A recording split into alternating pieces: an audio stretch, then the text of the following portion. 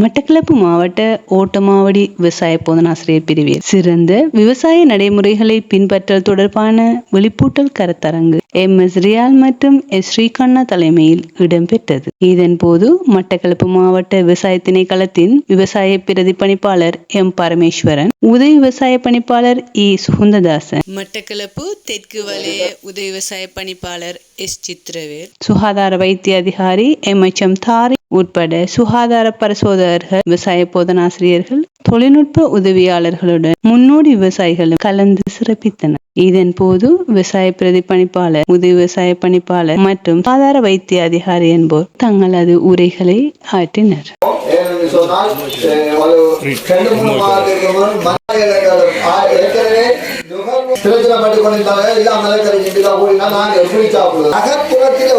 விவசாயத்தை மேற்கொள்வது, அதாவது காணி இல்லாத எவ்வாறு நாங்கள் விவசாயத்தை கொண்டு செல்வது என்பதற்கான ஒரு நடைமுறையும் இங்கு நாங்கள் கொண்டு வந்திருக்கோம். ஆகவே இந்த பகுதியில் கூடுதலாக காணி குறைந்த பகுதியாக காணப்படுவதால் நகர்ப்புற விவசாயத்தில் ஏற்ற பகுதி என்பதனால நகர்ப்புற விவசாயத்தை நாங்கள் இங்கு காண்பிக்கின்றோம். இது எதற்காக காண்பிக்கிறோம் என்றால், இதை பார்த்து நீங்களும் பயன்பெற வேண்டும் என்பதற்காக இந்த நிகழ்வை நாங்கள் இருக்கிறோம். இங்கு 2 நிகழ்வு நடைபெறும். ஒன்று, இந்த பயிற்சி சம்பந்தமான ஒரு விழிப்பூட்டல் உங்களுக்கு எங்களுடைய தோட்டத்தில் வைத்து உங்களுக்கு ஃபுல்லாக விளங்கப்படுத்தப்படும். 2வது விடயமாக அறுவடை விழா, நாங்கள் செய்ததில் எவ்வாறு உற்பத்தி இருக்காது ஒரு அறுவடை விழாவாகவும் உங்களுக்கு காண்பிக்க இருக்கிறோம். ஆகவே 2 விதமான விடயங்களை உங்களுக்கு நேரடியாக கண்கூட பார்க்கக்கூடிய வகையில் நாங்கள் இப்பொழுது திட்டமிட்டிருக்கிறோம். 2 வகையான நிலையில் எங்களது சுகாதாரத்திற்கு பங்கம் விளைவிக்கக்கூடிய நிகழ்ச்சிகளாக இருக்கின்றது. ஆதலால் எங்களது உடல் பருமனை நாங்கள் சரியாக வைத்துக் கொள்ள வேண்டும். BMI குறையவும் கூடாது, BMI கூடவும் கூடாது. அந்த வகையிலே நாங்கள் திட்டமிட்டு எங்களது உணவுகளை வைத்துக் கொள்ள வேண்டும். நாங்கள் உட்கொள்கின்ற அன்றாடம் உட்கொள்கின்ற உணவுகளிலே உங்களுக்கு தெரியும், கார்போஹைட்ரேட், புரோட்டீன், கொழுப்பு, கனிப்புகள், விட்டமின்கள் என்று பல வகையான போஷாக்கு மிக்க பதார்த்தங்கள் காணப்படுகின்றன. அந்த போஷணை பதார்த்தங்களை நஞ்சற்றதாக நாங்கள் எடுத்துக்கொள்ள வேண்டும். இன்று ஒரு புறம் காணக்கூடியதாக இருக்கின்றது, பாதை ஓரங்களிலே ஃபாஸ்ட் ஃபுட் கடைகள் கீரை முளைத்தது மாதிரி எல்லா இடங்களிலும் கூடுதலாக ஃபாஸ்ட் ஃபுட் நுழைந்து காணப்படுகின்றது. கண்டெய்னர் ஷாப்பிங் காம்ப்ளெக்ஸ் கூடுதலாக பெருகி காணப்படுகின்றது. அதிலே கூடுதலாக கார்போஹைட்ரேட், கொழுப்பு சார்ந்த உணவுகளை அதிகமாக கூடிய விலை கொடுத்து விற்கின்றார்கள். ஆகவே அவ்வாறான உணவுகள் கூடிய விலையிலே எங்களை நாட்பட்ட நோய்களான தொற்றாத்தன்மை வாய்ந்த நோய்களுக்கு விட்டு செல்லும் என்பது ஐயம் இல்லை. ஆகவே இன்று உங்களுக்கு இவ்விடத்திலே விளங்கப்படுத்தப்பட்ட இந்த நிகழ்ச்சி திட்டத்தின் ஊடாக வீட்டு தோட்டத்திலே நாங்கள் இது மாதிரியான பயிர் உற்பத்திகளை மேற்கொண்டு எங்களது குடும்பம், எங்களது பிள்ளைகள் நஞ்சற்ற உணவுகளை உட்கொள்ள வேண்டும். காலப்போக்கிலே இது தொல்லையாக மாறாது, தொற்றாத்தன்மை வாய்ந்த நோய்கள் எங்களுக்கு வராத விதத்திலே நாங்கள் பாடுபட வேண்டும். நாட்டிலே அண்மையிலே ஏற்பட்ட பொருளாதார நெருக்கடி காரணமாக உங்களுக்கு தெரியும், எங்களது வருமானம் குறைவு, செலவு மிகவும் அதிகரித்து காணப்படுகின்றது. நாங்கள் உணவு வகைகளை எவ்வாறு தெரிவு செய்து கொள்ள வேண்டும், எப்படிப்பட்ட போஷாக்கான உணவுகளை நாங்கள் தெரிவு செய்ய வேண்டும், கையிலே கிடைக்கின்ற வருமானத்தை கொண்டு நாங்கள் நன்கு திட்டமிட்டு எங்களது உணவு வகைகளை தெரிவு செய்ய வேண்டும். அன்றாடம் அந்த எங்களது வருமானத்தின் மூலமாக ஒரு சிறிதளவு சேமிப்பை வைத்துக் கொண்டு எதிர்கால திட்டத்திற்காக வேண்டி நாங்கள் பயன்படுத்த வேண்டும். இவ்வாறான ஆக்கப்பூர்வமான நடவடிக்கைகளில் நாங்கள் ஈடுபட்டு எங்களது சுகாதாரத்தை நோய் நொடியற்றதாக மாற்றி நாங்கள் பயன்பெற வேண்டும். பணவீக்கம், இன்ஃப்ளேஷன் 1.5 குறைஞ்சிருக்கு என்று சொல்லிட்டு 13 1.5 குறைஞ்சிருக்கு என்று சொல்லிட்டு உணவு பணவீக்கம் 7% சொல்லுவாங்க. முதல் அப்படி கிடைக்கவில்லை. முதல் பணவீக்கம் என்றால் பொதுவாக தான் கிடைக்கும். உணவு பணவீக்கம் என்று சொன்னால் ஒரு ஆள் 1000 ரூபா உழைச்சா முதல் 100 ரூபா தான் சாப்பாடு கிடைக்கும். அப்போ அவருக்கு சேமிப்பு. இப்போ என்ன சொன்னால் இந்த உணவு பழக்கம் சாப்பாட்டுக்கு கூடுதலான காய்ச்சல் வேலை செய்ய நிர்பந்தத்துக்கு வந்திருக்காங்க. இதுக்கு என்ன காரணம் என்றால் உணவுப் பொருட்கள், அதாவது நாங்கள் நுகர்கிற உணவுப் பொருட்கள் அனைத்தும் பிளவு. இது 2 காரணம். ஒன்று, நாங்கள் இறக்குமதியில் தங்கியிருக்கிறோம். இது பேப்ஸா, ஒரேஞ்சா, பழங்களா, இவன் பப்பாசி பழம் என்றாலும் சரி வெளிநாட்டிலிருந்து வருகிறது. மற்றது கவுப்பி, உளுந்து, பயறு, சோளம், உருளைக்கிழங்கு, வெங்காயம் அனைத்தும் வெளிநாடுகளிலிருந்து வருது. அப்போ இந்த டொலரில் கூடணுன்னு அதுகள் வழியில் கூடும். அடுத்தது எங்களோட காலநிலை மாற்றத்தால் உணவு உற்பத்தி குறைஞ்சிருக்கிறது. இவ்வாறான காரணங்களால் இந்த உணவு பணவீக்கம் ஏற்பட்டு 400 கிராம் புரோட்டீன், 200 கிராம் லீவி வெஜிடபிள் என்றால் மரக்கறிகள், 200 கிராம் பழம் சாப்பிடணும்னு சொல்லி அப்போ தான் அந்த அந்த அந்த பிள்ளைகள் ஆரோக்கியமாக இருக்கு. யோசிச்சு பாருங்க, 400 கிராம் இருந்தால் 5 பேர் இருந்தால் 2 கிலோ மீன் வாங்குவோம். 200 கிராம் லீவி வெஜிடபிள் இருந்தால் 5 பேர் இருந்தால் 1 கிலோ வாங்குவோம். மிளகு பழங்கள் 200 கிராம்னா நெச்சும் பார்க்க தேவையில்லை விலை. இதுக்கு என்ன தீர்வு? எங்களுக்கு அப்படி எங்கள் ஆரோக்கியமான உணவை எடுக்கிறதுக்கு எங்களுக்கு இந்த விலை உயர்வாக இருக்கிறதுக்கு என்ன தீர்வு நினைக்கிறீங்க? நாங்கள் எங்களோட தேவைக்கான உணவை எங்களால் உற்பத்தி செய்யணும். அதுதான் இந்த துரித உணவு உற்பத்தி திட்டத்தில் முக்கியமாக வீட்டு தோட்டம். வீட்டு தோட்டம்னா நீங்கள் நினைக்கக்கூடாது வீட்டு தோட்டம்னா இப்படித்தான் இருக்கணும், இப்படித்தான் இல்லை. உங்களுக்கு கிடைக்கிற நேரம் இப்போ நீங்கள் 2 பேரும் வேலைக்கு போராட்டம்னா ஃபுல்லாக வேண்டியதான். ஏன்னா இருக்கிற நிலம் சிலாக்களுக்கு 5 பேச்சு இருக்கும், சிலாக்களுக்கு 15 பேச்சு இருக்கும். அடுத்தது கிடைக்கக்கூடிய நீர், இதுகளை சிக்கனமாக பயன்படுத்தி அதுக்குள்ளே நீங்கள் உங்களோட தேவைகளை பூர்த்தி செய்து மேலதிகமாக இருந்தால் விற்கலாம்.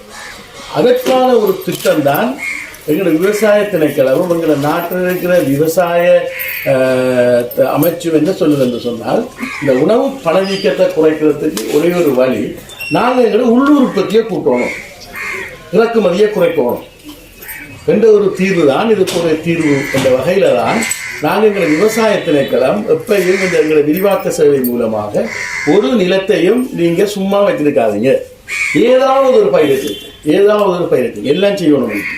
ஏதாவது ஒரு பயிரை செய்து எங்களோட நாட்டில் எங்களோட தேவையை பூர்த்தி செய்கிற அளவுக்கும் ஆரோக்கியமான உணவு எடுக்கிறதுக்கும் உரிய நடவடிக்கை எடுக்கணும் என்ற வகையில் எங்கள் விவசாய திணைக்களம் கடமையாற்றி கொண்டிருக்கு.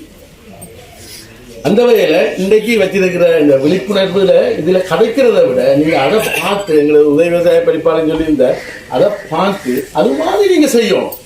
இப்போ விரிவாக்க சேவையில் சொல்லுவாங்க, சீயிங் இஸ் பிலீவிங்.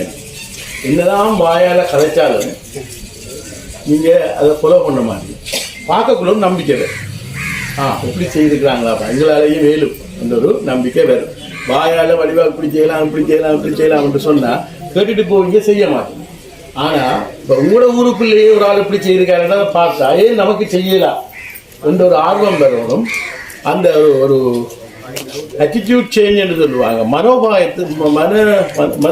இதில் ஒரு மாற்றம் வரும். அதுதான் எங்களோட விரிவாக்க சேவை நோக்கம். மற்றும் இன்னொரு விடயத்தை தொட்டு போகலாம்னு நினைக்கிறேன். நீங்கள் வீட்டு தோட்டத்தில் செய்யக்குள்ள இந்த மற்ற ரீதியாக செய்யக்குள்ள இந்த இரசாயனங்கள பாவனை கூட, அந்த இரசாயனங்கள பாவனைகள் மூலம் பல நோய்கள் வருகிறது. இப்போ உதாரணமாக நாங்கள் சொல்கிறோம் அப்படின்னு சொன்னால், ஒருக்கா இரசாயனம் அடைத்தால் நீங்கள் ப்ரீ ஹார்வெஸ்ட் இன்டர்வல் என்று சொல்கிறது 14 நாளைக்கு பிறகுதான் ஆயிரம். ஆனால் ஒரு மற்ற ரீதியாக செய்யக்குள்ள அவங்க அதை பார்க்க மாட்டாங்க. அவங்க சாப்பிட்றதானே உழுதனம் தானாங்க. அந்த வகையில் நீங்கள் ஒரு வீட்டு தோட்டமாக செய்யக்கூடிய அந்த இரசாயனங்கள் இருந்த பாதிப்புகள் இருந்து தவிர்த்து கொள்ளலாம். ஆரோக்கியமான உணவு, நஞ்சற்ற உணவு வந்து நாங்கள் கலைக்கிறோம். அதுக்கு ஒரு தேர்வு நஞ்சற்ற உணவு. இந்த ஆஸ்திரேலியாவில் வந்து கிரேப்ஸ் இருக்குது, ஒரு எங்கில் இருக்குது. உதாரணமாக ஒரு ஆய்வு ஒன்று செய்கிறாங்க. இந்த செத்தல் மிளகாய்க்கில்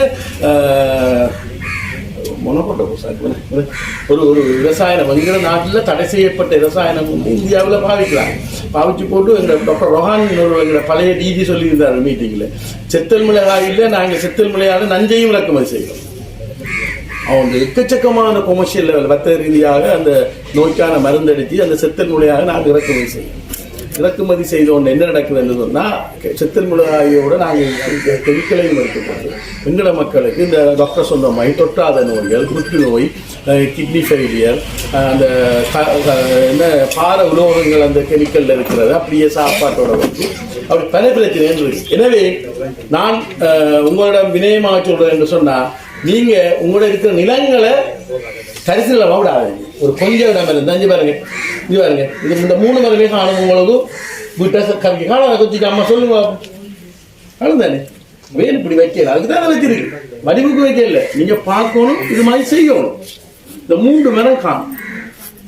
நீங்கள் இப்படி நாட்டுங்க. உங்களுக்கு எது பிரச்சனை இருந்தால் அவரை கூப்பிடுங்க. சிரிக்கண்டா இருக்கிற கூப்பிட்டுக்காங்க. எது பிரச்சனை வருத்தம் வந்தால் இப்படி செய்யலாமல் இருந்தால் இப்படியே எங்களுக்கு செய்யலாமல் இருக்குது செய்கிறதுக்குரிய ஆலோசனையை, தொழில்நுட்ப ஆலோசனையை தாங்கன்னா கட்டாயம் தரணும். அதான் அவங்களோட கடமை. அந்த வகையில் நீங்கள் முதலாவது நான் உங்கள்கிட்ட சொல்கிறது எல்லாத்துக்கும் மனம் இருந்தால் இடமும் நடந்துருக்காங்க. நேரம் சும்மா இருக்கிற நேரங்களை விட்டு போட்டு ஒரு உடற்பயிற்சியும் அதே நேரத்தில் எங்களை உணவை நாங்களே தயாரிக்கிறோம். இன்னும் யோசிச்சு பாருங்க, இப்படி நீங்கள் நாட்டி இந்த மரத்திலிருந்து ஒரு கொச்சி மிளகாயை ஆண்டு சமைக்கக்குள்ள உங்களுக்கு ஆத்ம திருப்தி இல்லையா? கடையில் வாங்கி கொண்டு சமைக்கிறது ஏன் செய்யல? இதுக்கு போல விடம் தேவை, கடையிடம் தேவை. அன்றைக்கி ஒரு இடத்தை பார்த்து கிளம்புல போனால் ஒரு வீட்டில் அப்சியாவில் பாவக்காரு அவர் என்னைக்கான வைண்டிங் கம்பியை கட்டி 4 மரம் 4 அவர் சொன்ன தான் ஒரு பேக் மாட்டதும் 4 பேக் மண்ணு சுமந்தாலும் அது கொஞ்சம் கஷ்டமாக இருந்தால் ஒரு நாள். ஆனால் பாவக்காய் காய்ச்சிது. நாங்கள் உடுப்பத்தான் போகிறோம் கொடியை கட்டி. அவர் பாவக்காய் காய்ச்சிருக்கிறேன். Family happy. நான் விவசாய திரைக்களத்தில் வேலை செய்யறது எனக்கு சந்தோஷமாக இருந்தது. 3வது மாடி பாவக்காய் காய்ச்சிருக்கு. அவர் ஆண்டு சமைக்கிறேன். எங்களுக்கு உங்களுக்கு செய்யல விஷயம். இரண்டா எனக்கு தெரியும் முஸ்லீம் பிரதேசங்கள் நெருக்கமான பிரதேசங்கள் காத்தாங்குடி ரோட்டமாக. ஆனால் இந்த நெருக்கமான பிரதேசத்துக்கும் விவசாயத்துக்கும் சம்பந்தம் இல்லை. இதுக்கு எவ்வளோ இடம் தேவை? கொஞ்சம் இடம் தான் தேவை. என்ன சொல்றீங்க? அப்படி உங்களை மனநிலையை மாற்றிக்கொள்ளணும். விவசாயத்தினக்கெல்லாம் ஆலோசனையை தரலாம். ஆனால் உங்களுக்கு ஒரு ஆர்வமும் புத்துணர்ச்சியும் இருந்தால் தான் நாங்கள் உங்களுக்கு சப்போர்ட் பண்ணுவோம். இல்லாட்டி ஒன்றும் செய்யலாம். ஆனால் அதுக்கு சப்போர்ட் பண்ணுறதுக்குரிய வசதிகள் சில வேலைகளில் நாங்கள் ஆர்வமாக இருந்தால் உங்களுக்கு பேக்குகள் கூட கொஞ்சம் கொஞ்சம் தரலாம். தந்து உங்களுக்கு டெக்னிக்கல் பேச தரலாம். தந்தால் நீங்கள் செய்யணும். அந்த அளவுக்கு, அதாவது 2 பேரும் ஷேர் பண்ணணும். நாங்கள் மட்டும் நினைச்சு செய்யலாது, நீங்கள் மட்டும் நினைச்சு செய்ய. ஏதாவது விவசாயம் சார்ந்த ஏதாவது என்னிட நான் நடிகை வரமாட்டேன் தானே, இப்படியான நிகழ்வுக்கு தான் வருவேன். அதுபடியாக என்னோட கலந்துரையாடல் ஒன்று சொன்னால் ஒரு 10 நிமிஷம் கதைங்க. அதற்கு மேலாக உங்களுக்கு விவசாயம் சார்ந்த ஏதாவது பிரச்சனைகள், உங்களோட வீட்டு தோட்டம் செய்யக்கூடிய பிரச்சனைகள் அல்லது வர்த்தக ரீதியான தோட்டம் செய்யக்கூடிய பிரச்சனைகள், மாமரங்கள் என்ன மரம் பண்ணாங்க இதுதான் உங்களோட பிரதேசத்துக்கு ஒரு விவசாய பொதுவாசிரியர் இருக்கிறார். அதே நேரத்தில் கேப் உத்தியோகத்தர் இருக்கிறார். நீங்கள் அவங்கள தொடர்பு கொண்டு எந்த நேரமும் அவங்கள தொடர்பு கொண்டு அவங்களோட அலுவலகம் இருக்குது தொடர்பு கொண்டு நீங்கள் உங்களுக்கு தேவையான தொழில்நுட்ப ஆலோசனையை பெற்று இந்த இதில் வந்தாக்கல்ல குறைந்தது 25 பேராவது இண்டையிலிருந்தாவது இப்படி வீட்டு தோட்டங்களில் உங்களோட பயிர்களை தேவையானது இடத்துக்கு ஏற்ற மாதிரி ஒரு குமரத்துமாய் இப்படி 100 கத்தரி அப்படி நாட்டு மட்டும் இல்லை. இப்படி வேலி இருந்துச்சுன்னா அப்படி வேலியோட உங்களோட குசினி தண்ணி போகுதுன்னு சொன்னால் அவளுக்கு 2 வாழை இருக்குது. அப்படி வேலி இருக்குன்னா அதில் நம்மளோட கொத்த விரதுகளை போடுங்க. போட்டுட்டு அந்த மிச்சமான தண்ணிகளை ஊற்றுங்க. ஒரு 1 ஹவரே செலவழிங்க. சந்தோஷமா இருக்கும் உங்களுக்கு. அது நீங்க உங்களோட கணவருக்கு பங்களிக்க வருமானத்தில் ஒரு 3000 ரூபாய்க்கு மரக்கறி வாங்கினீங்கன்னா நீங்க 3000 ரூபாய் சேவிங்க. அது மறைமுகமான ஒரு சேவிங். உங்களுக்கு பழங்கள் கட்டாயம் நீங்க இந்த 400 கிராம் 200 கிராம் சாப்பிடல. உங்க பிள்ளைகளுக்கு ஆரோக்கியமா இருக்கும். 2 பப்பாசம் எடுத்துறாங்க இறங்கி இருந்தா எங்களுக்கு விற்கிறதுக்கு பெரிய காய் ஒன்றும் மட்டும் இல்லை. இந்த காய் வந்தாலும் நாங்கள் சாப்பிட்ற மருந்தடிக்க மாட்டீங்க. அது ஒரு ஆரோக்கியமான உணவை நீங்கள் இந்த வீட்டு தோட்டம் பெற்றுக்கொள்ளணும் மட்டும் கேட்டுக்கொண்டு இந்த வந்தவர்கள் அட்லீஸ்ட் இந்த அம்மணிகளுக்கு சொல்கிறேன், நீங்கள் கட்டாயம் வீட்டில் இருக்கிறீங்க அட்லீஸ்ட் குறைந்தது ஒரு 25 பேராவது உங்களோட மனநிலையை மாற்றி ஒரு சிறந்த வீட்டு தோட்டம் ஒன்றை உருவாக்கி கேட்டுக்கொண்டு